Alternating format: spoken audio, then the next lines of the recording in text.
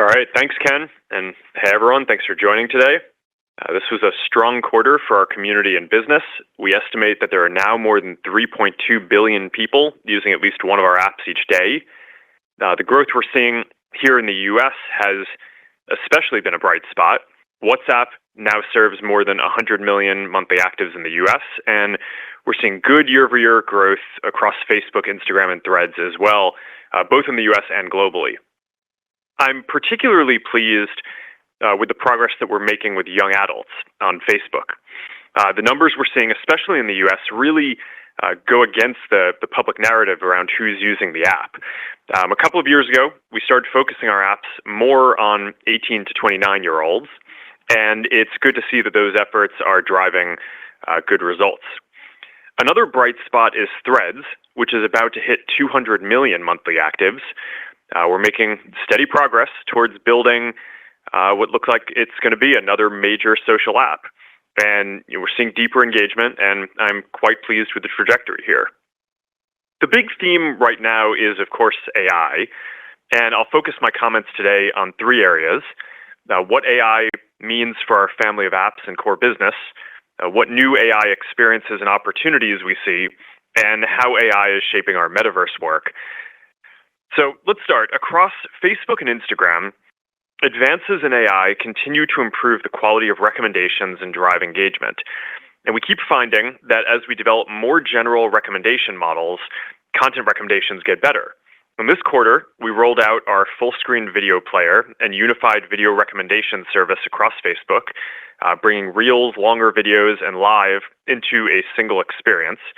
And this has allowed us to extend our unified AI systems, which had already increased engagement on Facebook Reels more than our initial move from CPUs to GPUs did. Over time, I'd like to see us move towards a single unified recommendation system that powers all of the content, including things like people you may know, across all of our surfaces. We're not there yet, so there's still upside, and we're making good progress here. AI is also going to significantly evolve our services for advertisers in some exciting ways. It used to be that advertisers came to us with a specific audience they wanted to reach, like a certain age group, geography, or interests. Eventually, we got to the point where our ad systems could better predict who would be interested than the advertisers could themselves. But today, advertisers still need to develop creative themselves. And in the coming years, AI will be able to generate creative for advertisers as well, and we'll also be able to personalize it as people see it. Over the long term, advertisers will basically just be able to tell us a business objective and a budget, and we're going to go do the rest for them. We're going to get there incrementally over time, but I think this is going to be a very big deal. Moving on to some of the brand new experiences that AI enables. Last quarter, we started broadly rolling out our assistant, Meta AI, and it is on track to achieve our goal of becoming the most used AI assistant by the end of the year. We have an exciting roadmap ahead of things that we want to add, but the bottom line here is that Meta AI feels like it is on track to be an important service, and it's improving quickly, both in intelligence and features. Some of the use cases are utilitarian, like searching for information or role-playing difficult conversations before you have them with another person. And other uses are more creative, like the new Imagine Yourself feature that lets you create images of yourself doing whatever you want in whatever style you want. And part of the beauty of AI is that it's general. So we're still uncovering the wide range of use cases that it's valuable for. An important part of our vision is that we're not just creating a single AI, but enabling lots of people to create their own AIs. And this week, we launched AI Studio, which lets anyone create AIs to interact with across our apps. I think that creators are especially going to find this quite valuable. There are millions of creators across our apps, and these are people who want to engage more with their communities, and their communities want to engage more with them, but there are only so many hours in the day. So now they're going to be able to use AI Studio to create AI agents that can channel them to chat with their community, answer people's questions, create content, and more. So I'm quite excited about this. But this goes beyond creators too. Anyone is going to be able to build their own AIs based on their interests or different topics that they are going to be able to engage with or share with their friends. Always me. Never use AI. Business AIs are the other big piece here. We're still in alpha testing with more and more businesses. The feedback we're getting is positive so far. Over time, I think that just like every business has a website, a social media presence, and an email address, in the future, I think that every business is also going to have an AI agent that their customers can interact with. And our goal is to make it easy for every small business, eventually every business, to pull all of their content and catalog into an AI agent that drives sales and saves them money. When this is working at scale, I think that this is going to dramatically accelerate our business messaging revenue. There are a lot of other new opportunities here that I'm excited about too, but I'll save those for another day when we're ready to roll them out. The engine that powers all of these new experiences is the Llama family of foundation models. And this quarter, we released Llama 3.1, which includes the first frontier-level open source model, as well as new and industry-leading small and medium-sized models. The 405 billion model has better cost performance relative to the leading closed models, and because it's open, it is immediately the best choice for fine-tuning and distilling your own custom models of whatever size you need. I think we're going to look back at Llama 3.1 as an inflection point in the industry where open source AI started to become the industry standard, just like Linux is. I often get asked why I'm so bullish on open source. I wrote a letter along with the Llama 3.1 release explaining why I believe that open source is better for developers, for Meta, and for the world more broadly. My view is that open source will be safer, will enable innovation that improves all of our lives faster, and will also create more shared prosperity. For Meta's own interests, we're in the business of building the best consumer and advertiser experiences. And to do that, we need to have access to the leading technology infrastructure and not get constrained by what competitors will let us do. But these models are ecosystems. They're not just kind of isolated pieces of software that we can develop by ourselves.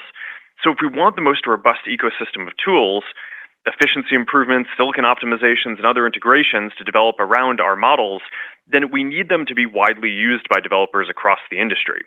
And once we know that we're going to have access to the leading models, then I'm confident that we're going to be able to build the best social and advertising experiences. Part of why I'm so optimistic about this is that we have a long track record of success with open source. We've saved billions of dollars with Open Compute Project by having supply chains standardized on our infra designs. Open sourcing tools like PyTorch and React has led to real benefits for us from all of the industry's contributions. This approach has consistently worked for us, and I expect it will work here too. Another major area of focus is figuring out the right level of infra capacity to support training more and more advanced models. Llama 3 is already competitive with the most advanced models, and we're already starting to work on Llama 4, which we're aiming to be the most advanced in the industry next year. We are planning for the compute clusters and data we'll need for the next several years. The amount of compute needed to train Llama 4 will likely be almost 10 times more than what we used to train Llama 3, and future models will continue to grow beyond that. It's hard to predict how this will trend multiple generations out into the future, but at this point, I'd rather risk building capacity before it is needed rather than too late, given the long lead times for spinning up new infra projects. And as we scale these investments, we're of course going to remain committed to operational efficiency across the company. The last area that I want to discuss is how AI is shaping our metaverse work, which continues to be our other long-term focus. Last quarter, I discussed how advances in AI have pulled in the timelines for some of our products. A few years ago, I would have predicted that holographic AR would be possible before smart AI, but now it looks like those technologies will actually be ready in the opposite order. We're well positioned for that because of the Reality Labs investments that we've already made. Ray-Ban Meta glasses continue to be a bigger hit sooner than we expected, thanks in part to AI. Demand is still outpacing our ability to build them, but I'm hopeful that we'll be able to meet that demand soon. EssilorLuxottica has been a great partner to work with on this, and we are excited to team up with them to build future generations of AI glasses as we continue to build our long-term partnership. Quest 3 sales are also outpacing our expectations, and I think that's because it is not just the best MR headset for the price, but it's the best headset on the market, period. In addition to gaming, people are increasingly taking advantage of Quest's capabilities as a general computing platform, spending time watching videos, browsing websites, extending their PC via virtual desktop, and more. Horizon also continues to grow across VR, mobile, and desktop, and I expect that it will become an increasingly important part of that ecosystem as well. We're hosting our annual Connect conference on September 25th, and we will have lots of exciting updates around all of our AI and metaverse work, so I encourage you to tune into that. At the end of the day, we are in the fortunate position where the strong results that we're seeing in our core products and business give us the opportunity to make deep investments for the future. And I plan to fully seize that opportunity to build some amazing things that will pay off for our community and our investors for decades to come. The progress we're making on both the foundational technology and product experiences suggests that we're on the right track. I'm proud of what our team has accomplished so far, and I'm optimistic about our ability to execute on the opportunities ahead. As always, thank you to our teams who are pushing all of this important work forward, and thanks to all of you for being on this journey with us. And now here is Susan. Thanks, Mark, and good afternoon, everyone. Let's begin with our consolidated results. All comparisons are on a year-over-year basis, unless otherwise noted. Q2 total revenue was $39.1 billion, up 22% or 23% on a constant currency basis. Q2 total expenses were $24.2 billion, up 7% compared to last year. In terms of the specific line items, cost of revenue increased 23%, driven primarily by higher infrastructure and Reality Labs inventory costs. R&D increased 13%, primarily driven by higher headcount-related expenses and infrastructure costs, which were partially offset by lower restructuring costs. Marketing and sales decreased 14%, due mainly to lower restructuring and headcount-related costs. G&A decreased 12%, mostly due to lower legal-related expenses. We ended the first quarter with almost 70,800 employees, up 2% from Q1. Second quarter operating income was $14.8 billion, representing a 38% operating margin. Our tax rate for the quarter was 11%. Net income was $13.5 billion, or $5.16 per share. Capital expenditures, including principal payments on finance leases, were $8.5 billion, driven by investments in servers, data centers, and network infrastructure. Free cash flow was $10.9 billion. We repurchased $6.3 billion of our Class A common stock and paid $1.3 billion in dividends to shareholders, ending the quarter with $58.1 billion in cash and marketable securities and $18.4 billion in debt. Moving now to our segment results. I'll begin with our Family of Apps segment. Our community across the Family of Apps continues to grow, with approximately 3.27 billion people using at least one of our Family of Apps on a daily basis in June. Q2 total Family of Apps revenue was $38.7 billion, up 22% year over year. Q2 Family of Apps ads revenue was $38.3 billion, up 22% or 23% on a constant currency basis. Within ad revenue, the online commerce vertical was the largest contributor to year-over-year growth, followed by gaming and entertainment and media. On a user geography basis, ad revenue growth was strongest in Rest of World and Europe at 33% and 26% respectively. Asia Pacific grew 20% and North America grew 17%. On an advertiser geography basis, total revenue growth continued to be strongest in Asia Pacific at 28%, though growth was below the first quarter rate of 41% as we lapped a period of stronger demand from China-based advertisers. In Q2, the total number of ad impressions served across our services and the average price per ad both increased 10%.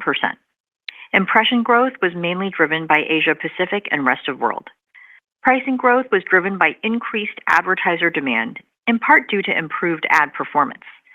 This was partially offset by impression growth, particularly from lower monetizing regions and surfaces.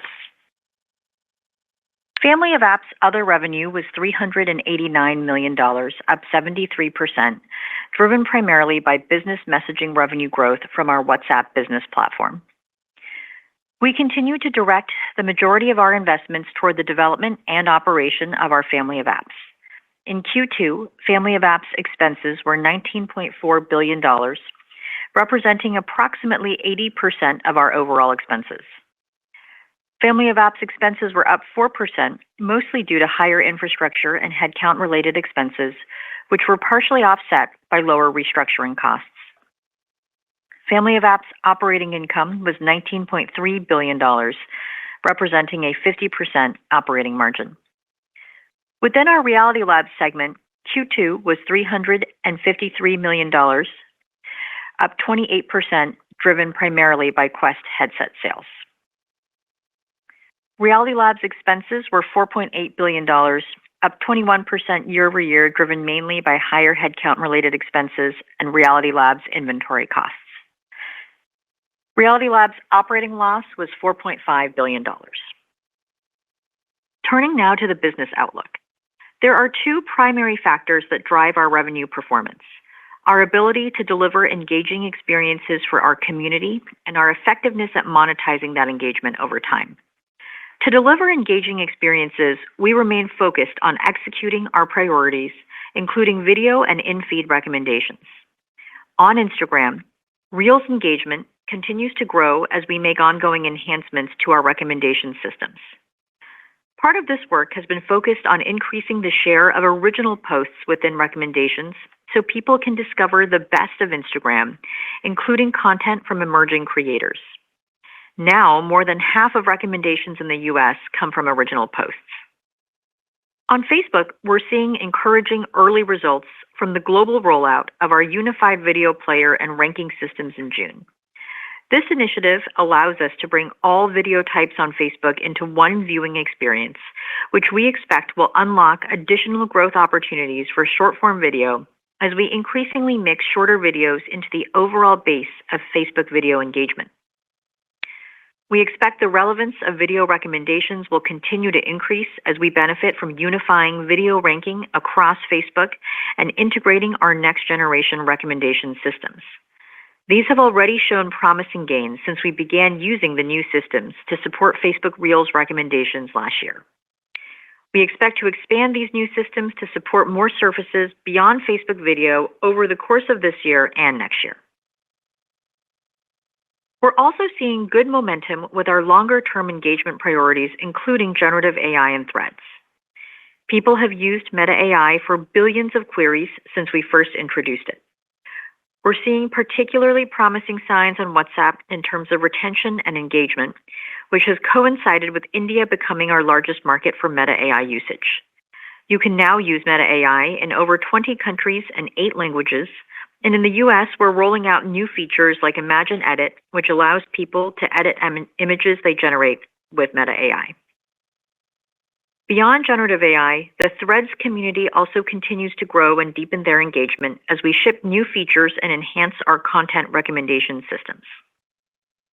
Now to the second driver of our revenue performance, increasing monetization efficiency. There are two parts to this work. The first is optimizing the level of ads within organic engagement. We continue to see opportunities to grow ad supply on lower monetizing surfaces like video, including within Facebook as the mix of overall video engagement shifts more to shorter videos over time, which creates more ad insertion opportunities. More broadly, we are continuing to get better at determining the best ads to show and when to show them during a person's session across both Facebook and Instagram. This is enabling us to drive revenue growth and conversions without increasing the number of ads, or in some cases, even reducing ad load. The second part of improving monetization efficiency is enhancing marketing performance. We continue to be pleased with our progress here, with AI playing an increasingly central role. We're improving ad delivery by adopting more sophisticated modeling techniques made possible by AI advancements, including our Meta Lattice ad ranking architecture, which continued to provide ad performance and efficiency gains in the second quarter. We're also making it easier for advertisers to maximize ad performance and automate more of their campaign setup with our Advantage Plus suite of solutions. We're seeing these tools continue to unlock performance gains, with a study conducted this year demonstrating 22% higher return on ad spend for U.S. advertisers after they adopted Advantage Plus shopping campaigns. Advertiser adoption of these tools continues to expand, and we're adding new capabilities to make them even more useful. For example, this quarter we introduced flexible format to Advantage Plus shopping, which allows advertisers to upload multiple images and videos in a single ad that we can select from and automatically determine which format to serve in order to yield the best performance. We have also now expanded the list of conversions that businesses can optimize for using Advantage Plus shopping to include an additional 10 conversion types, including objectives like add to cart. Looking forward, we believe generative AI will play a growing role in how businesses market and engage with customers at scale. We expect this technology will continue to make it easier for businesses to develop customized and diverse ad creatives. We've seen promising early results since introducing our first generative AI ad features, image expansion, background generation, and text generation, with more than 1 million advertisers using at least one of these solutions in the past month. In May, we began rolling out full image generation capabilities into Advantage Plus Creative, and we're already seeing improved performance from advertisers using the tool.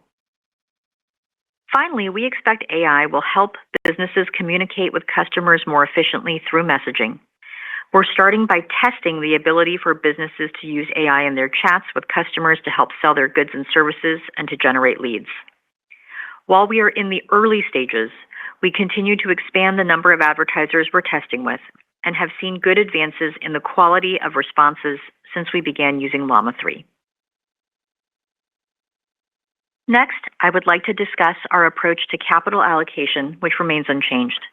We continue to invest both in enhancing our core experiences in the near term and developing technologies that we believe will transform how people engage with our services in the years ahead. We expect that having sufficient compute capacity will be central to many of these opportunities, so we are investing meaningfully in infrastructure to support our core AI work in content ranking and ads, as well as our generative AI and advanced research efforts. Our ongoing investment in core AI capacity is informed by the strong returns we've seen and expect to deliver in the future as we advance the relevance of recommended content and ads on our platform. While we expect the returns from generative AI to come in over a longer period of time, we are mapping these investments against the significant monetization opportunities that we expect to be unlocked across customized ad creative, business messaging, a leading AI assistant, and organic content generation. As we scale generative AI training capacity to advance our foundation models, we will continue to build our infrastructure in a way that provides us with flexibility in how we use it over time. This will allow us to direct training capacity to Gen AI inference or to our core ranking and recommendation work when we expect that doing so would be more valuable. We will also continue our focus on improving the cost efficiency of our workloads over time. Reality Labs remains our other long-term initiative that we continue to invest meaningfully in. Quest 3 is selling well, and Ray-Ban Meta smart glasses are showing very promising traction, with the early signals that we are seeing across demand, usage, and retention, increasing our confidence in the long-run potential of AR glasses. Finally, as we pursue these investments across near and long-term priorities, we will remain focused on operating the business efficiently. Turning now to the revenue outlook. We expect third quarter 2024 total revenue to be in the range of $38.5 to $41 billion. Our guidance assumes foreign currency is a 2% headwind to year-over-year total revenue growth based on current exchange rates. Turning now to the expense outlook. We expect full year 2024 total expenses to be in the range of $96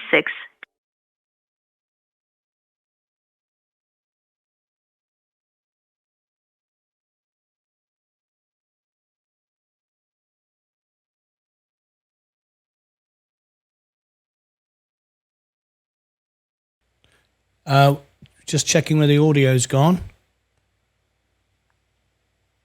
Just bear with me. We seem to have lost audio for a second.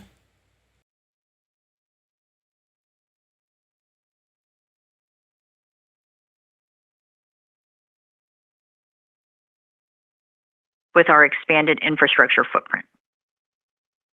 Turning now to the CapEx outlook. We anticipate our full year 2024 capital expenditures will be in the range of $37 to $40 billion, updated from a range of $35 to $40 billion. While we continue to refine our plans for next year, we currently expect significant CapEx growth in 2025.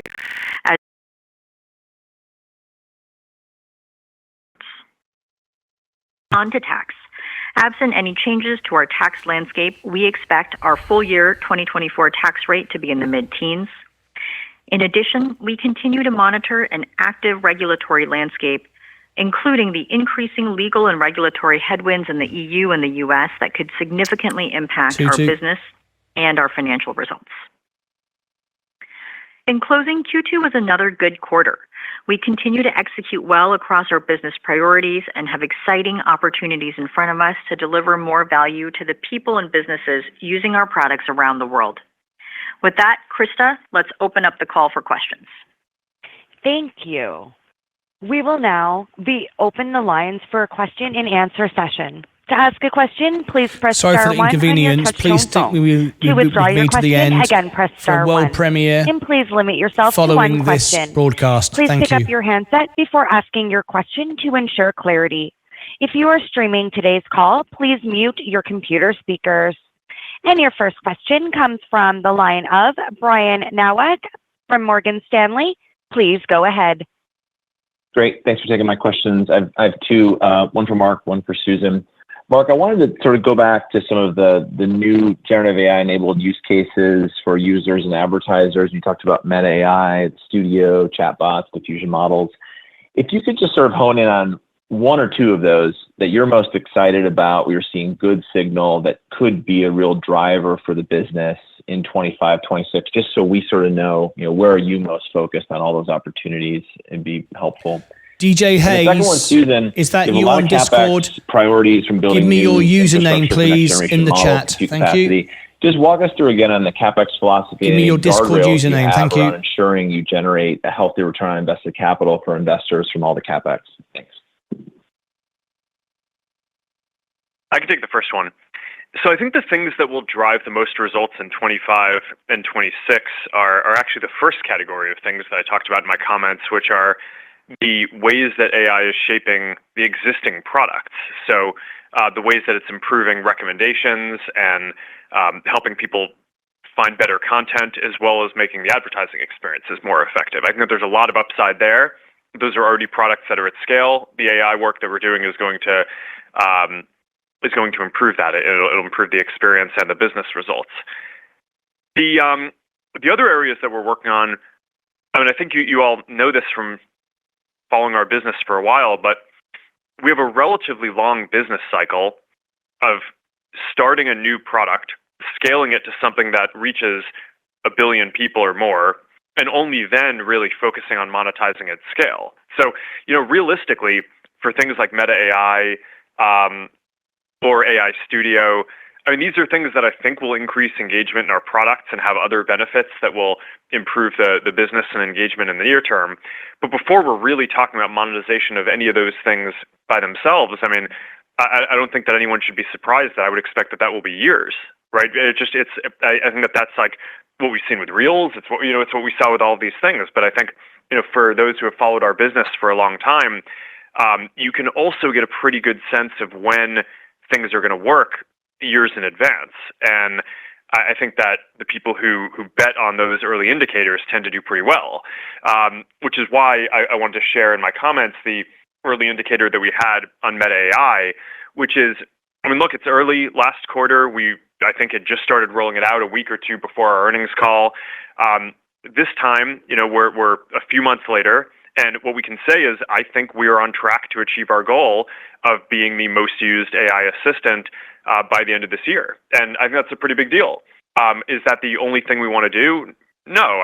We obviously want to kind of grow that and grow the engagement on that to be a lot deeper, and then we'll focus on monetizing it over time. But the early signals on this are good, and I think that that's kind of all that we could reasonably have insight into at this point. But I do think that part of what's so fundamental about AI is it's going to end up affecting almost every product that we have in some way.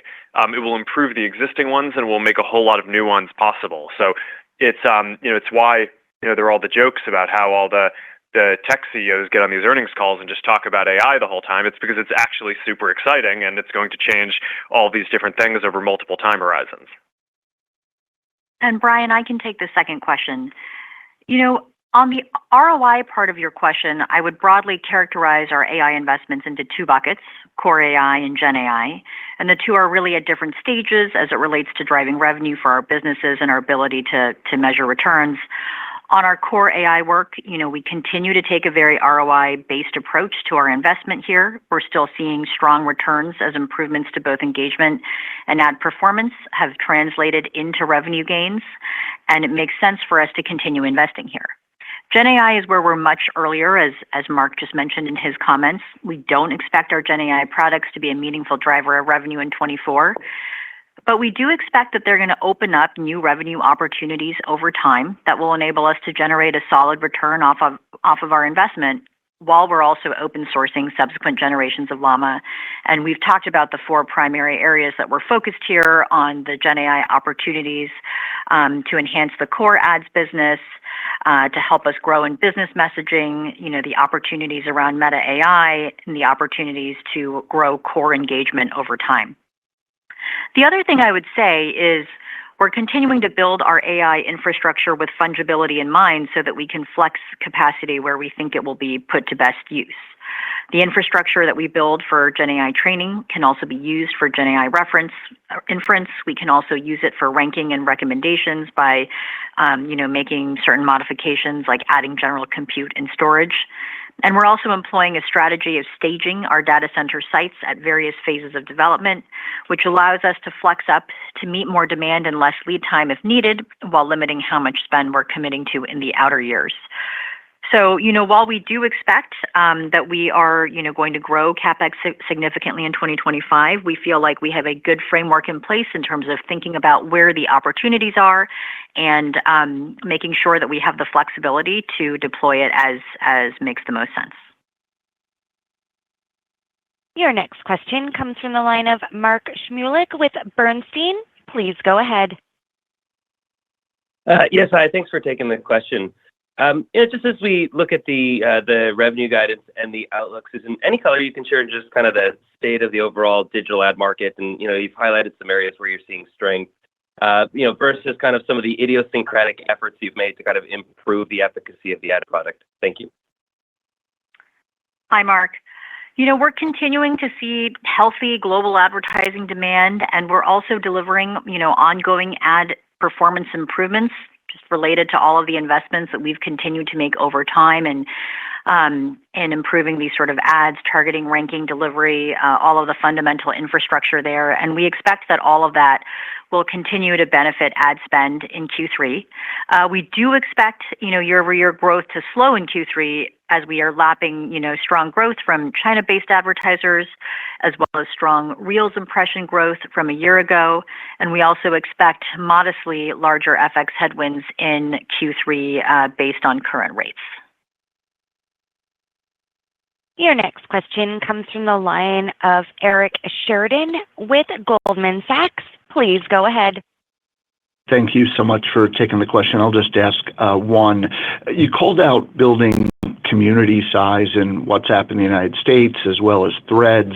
How are you thinking about those newer, faster growing elements of either messaging or Threads as a platform and the mix between the potential for engagement growth and overall monetization longer term of either the messaging layer or Threads and what you're most excited about there to build to sort of capitalize on scale, but bring it back towards monetization? Thank you.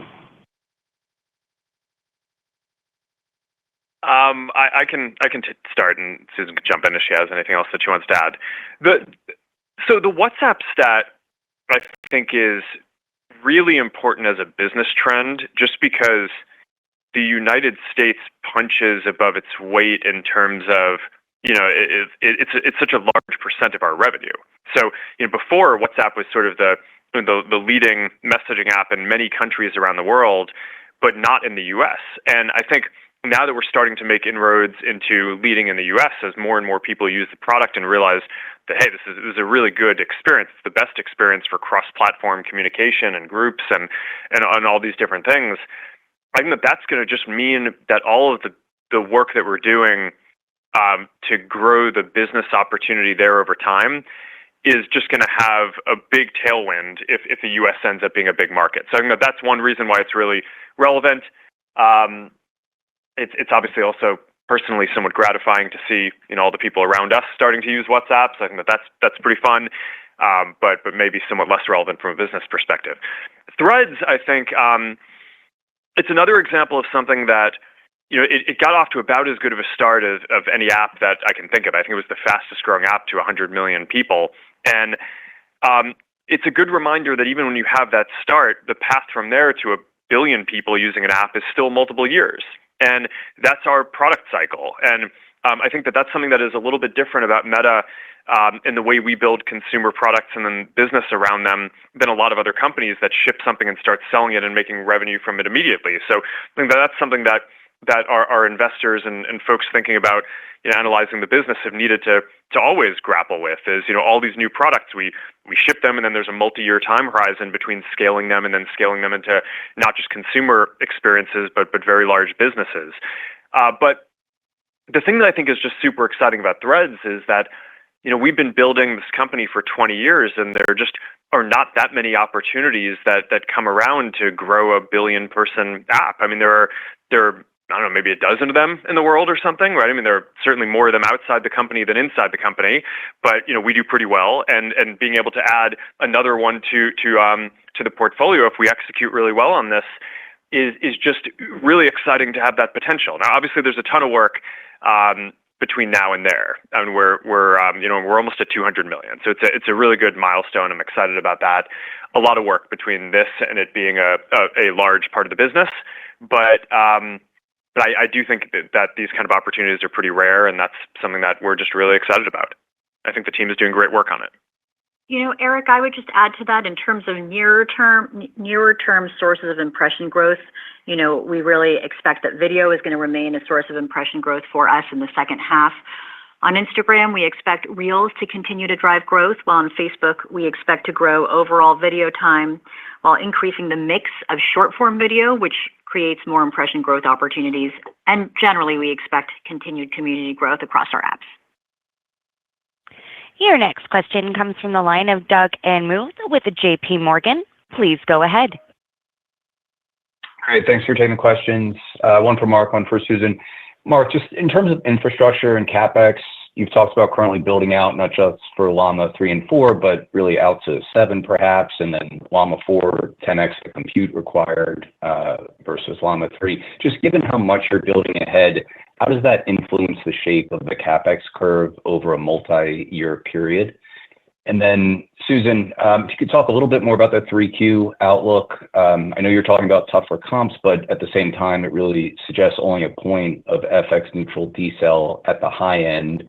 So just curious if there's anything else you can point to more specifically that's driving the expected strength here. Thanks. Thanks, Doug. I can go ahead and talk about both of those. So your first question was sort of about the longer term, CapEx outlook. we haven't really, we haven't really shared an outlook sort of on the longer term CapEx trajectory. In part, infrastructure is a extraordinarily dynamic planning area for us right now. We're continuing to work through, what the scope of the Gen AI roadmaps, will look like over that time. Our expectation, obviously, again, is that we are going to significantly increase our investments in AI infrastructure next year, and we'll give further guidance as appropriate. But we are building, all of that CapEx again with the factors in mind that I talked about previously, thinking about, both how to build it flexibly so we can deploy to core AI and Gen AI use cases as needed, and making sure that we both feel good about the returns that we're seeing on the core AI investments, which we're able to measure more immediately, and that we feel good about the opportunities in the Gen AI efforts.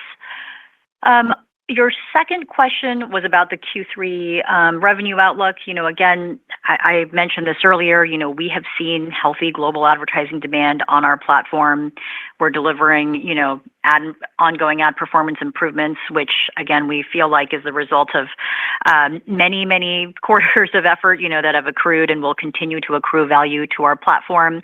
We saw basically in Q2, where revenue grew 22%, that there was broad-based strength across regions and verticals, including particular strength among smaller advertisers, and we expect that, generally to continue into Q3. Your next question comes from the line of Justin Post with Bank of America. Please go ahead. Great, thank you. I just want to get back to the comment on U.S. young adult user growth, especially maybe on Facebook and Instagram. I know you made a big change with Reels a couple of years ago, but what are those users doing on Facebook and Instagram? And can you give us any quantification of the usage growth? Thank you. Thanks, Justin. So building products with young adults in mind has been a core priority area for the Facebook team in recent years, and we've been very encouraged to see these efforts translate into engagement growth. With this cohort, we've seen healthy growth in young adult app usage in the U.S. and Canada for the past several quarters, and we've seen that products like Groups and Marketplace have seen particular traction with young adults.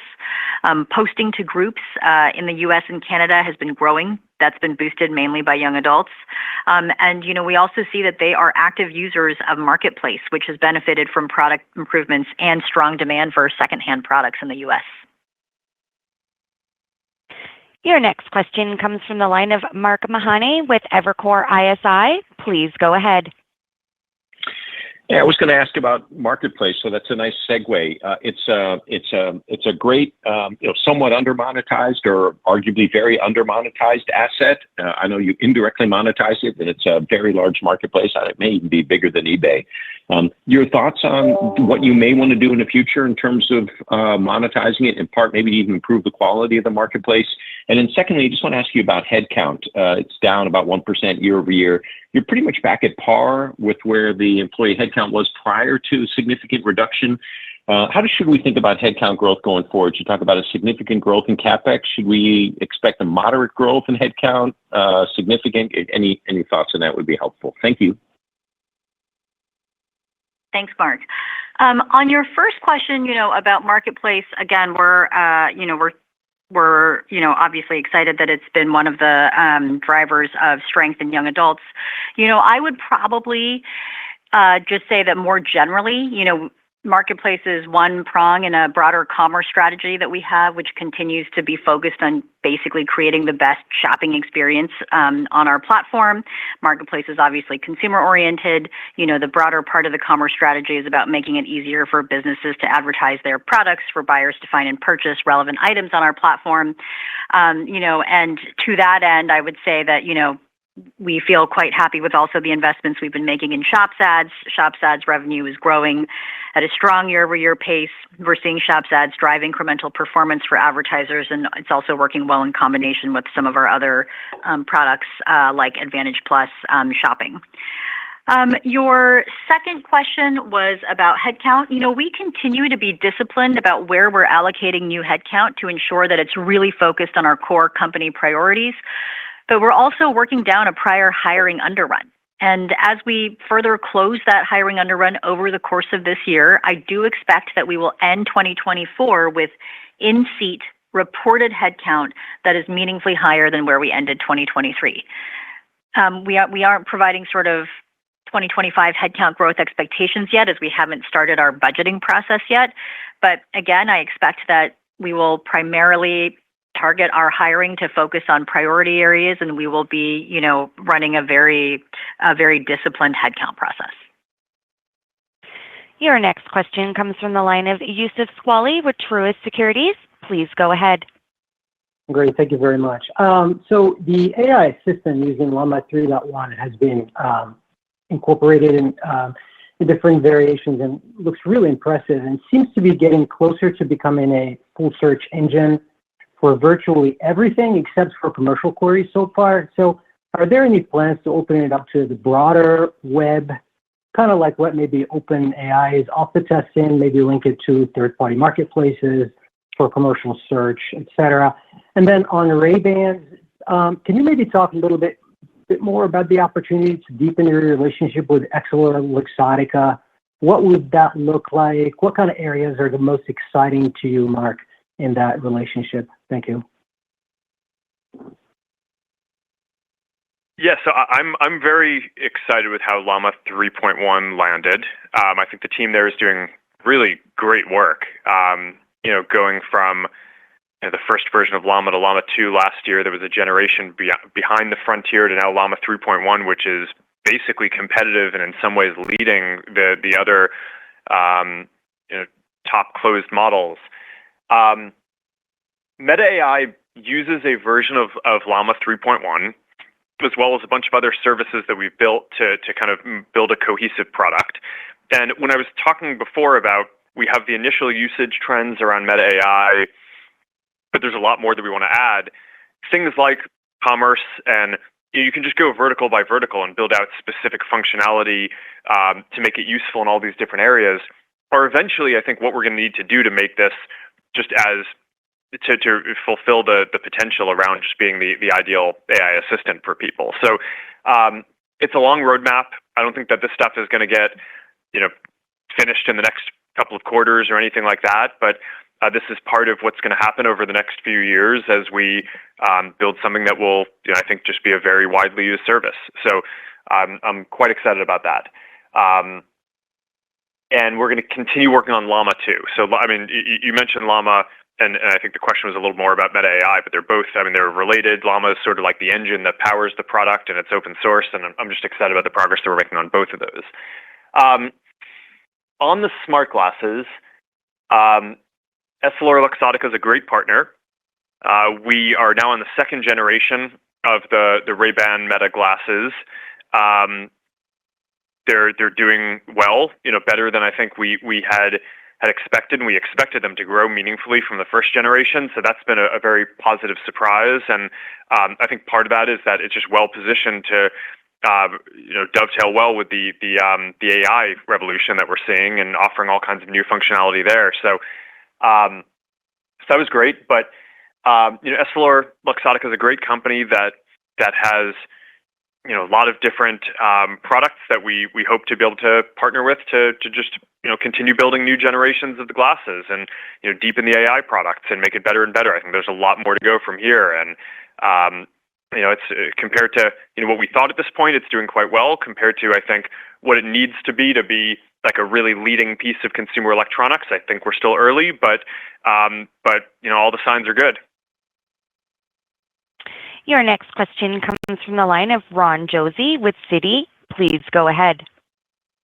Great. Thanks for taking the question. I wanted to get back, Mark, to the comments around open source and Llama 3, and totally understand that Meta is not offering a public cloud. And so what I wanted to hear from you is maybe a little bit more on the product vision of products that come out of Llama 3, and meaning potentially offering some of these products to other companies, call it for customer service or call center offerings or other verticals. And so any insights on just how you envision maybe the open source and and Llama 3.1 can sort of offer greater enterprise services for others to benefit from? Thank you. So Llama is the foundation model that people can shape into all kind of different products. So whether it's Meta AI for ourselves, or the AI Studio, or the business agents, or like the assistant that's in the Ray-Ban glasses, like all these different things are basically products that have been built with Llama. And similarly, any developer out there is going to be able to take it and build a whole greater diversity of different things as well. Like I talked about, I think the reason why open sourcing this is so valuable for us is that we want to make sure that we have the leading infrastructure to power the consumer and business experiences that we're building. But the infrastructure, it's not just a piece of software that we can build in isolation. It really is an ecosystem with a lot of different capabilities that other developers and people are adding to the mix, whether that's new tools to distill the models into the size that you want for a custom model, or ways to fine-tune things better, or make inference more efficient, or all different other kinds of methods that we haven't even thought of yet, the silicon optimizations that the silicon companies are doing, all this stuff. It's an ecosystem. So we can't do all that ourselves. And if we built Llama and just kind of kept it within our walls, then it wouldn't actually be as valuable for us to build all the products that we're building as it's going to end up being. So I think that's the business strategy around that. And that's why we don't feel like we need to necessarily build a cloud and sell it directly in order for it to be a really positive business strategy for us. And part of what we're doing is working closely with AWS. I think especially did great work for this release. Other companies like Databricks, NVIDIA, of course, other big players like Microsoft with Azure and Google Cloud. They're all supporting this, and we want developers to be able to get it anywhere. I think that's one of the advantages of an open source model like Llama is it's not like you're locked into one cloud that offers that model. Whether it's Microsoft with OpenAI or Google with Gemini or whatever it is. You can take this and use it everywhere, and we want to encourage that. So I'm quite excited about that. The enterprise and business applications that we're going to be most focused on, though, in addition to just optimizing the advertiser experience, like I talked about in my comments earlier, it is the business agent piece. It's I just think that there's a huge potential. Like I said earlier, I think pretty much every business today, it has an email address, they have a website, they have social media accounts. I think in the future they're going to have at least one, if not multiple, business agents that can do the whole range of things, from interacting to help people buy things, to helping support the sales that they've done, if they have issues with the products, if they need to get in touch with you for something. And we already see people interacting with businesses over messaging working quite well in countries that have low cost of labor. But the thing is that in order to have someone answering everyone's questions is quite expensive in a lot of countries. And I think that this is like a thing that AI, I think, is just going to be very well suited towards doing. And when we can make that easy for the hundreds of millions of businesses that use our platforms to pull in all their information and their catalogs and their history and all the content that they've shared, and really just quickly stand up an agent, I think that's going to be awesome. So we can combine Llama with a lot of custom work that we're doing on our business teams, and couple that with all the other investment that the rest of the ecosystem is doing to make Llama good. And I think that's going to be huge. But that's just one area. I mean, this really goes across all of the different products that we're building, both consumer and business. So it's a lot of exciting stuff. Krista, we have time for one last question. Thank you. That question will come from the line of Ross Sandler with Barclays. Please go ahead. Great. Mark, so on Monday in your interview with Jensen, you said something along the lines of if scaling ended up stopping, one day you'd have 5 years of product work to do and ahead of you.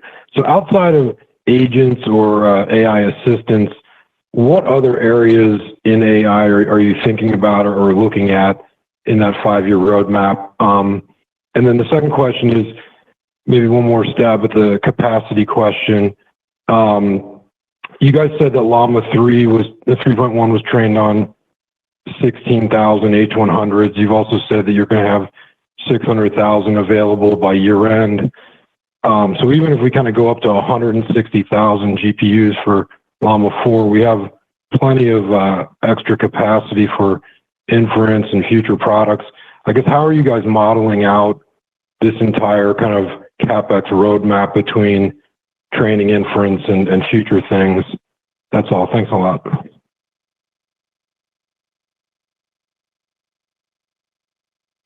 I can start with the first one, and then I'll let Susan answer the second one.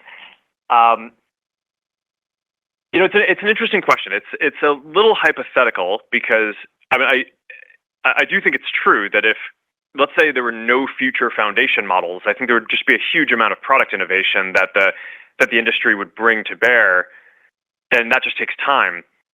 But then at the same time, there are going to be future foundation models, and they're going to be awesome and unlock new capabilities, and we're planning our products around those. So I'm not really planning our product roadmap assuming that there isn't future innovation. To the contrary, we are planning what's going to be in Llama 4 and Llama 5 and beyond based on what capabilities we think are going to be most important for the roadmap that I just laid out. For having the breadth of utility that you're going to need in something like Meta AI, making it so that businesses and creators and individuals can stand up any kind of AI agents that they want, that you're going to have these kind of real-time multimodal glasses with you all the time that will just be increasingly useful for all the things that you're doing. And that, I guess this kind of dovetails with what I'd expect Susan to talk about next.